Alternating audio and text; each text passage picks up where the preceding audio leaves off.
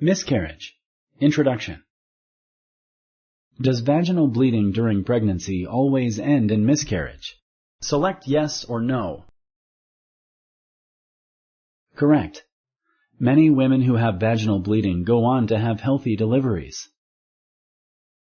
Which of these factors does not increase the risk of miscarriage?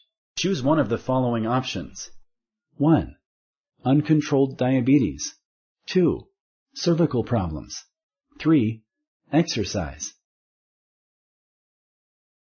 Correct. Routine activities such as exercise do not cause miscarriage. Ruth is 10 weeks pregnant. She is experiencing vaginal bleeding and abdominal cramping. What should she do? Choose one of the following options. 1. Contact her healthcare provider right away. 2. Rest at home. Correct.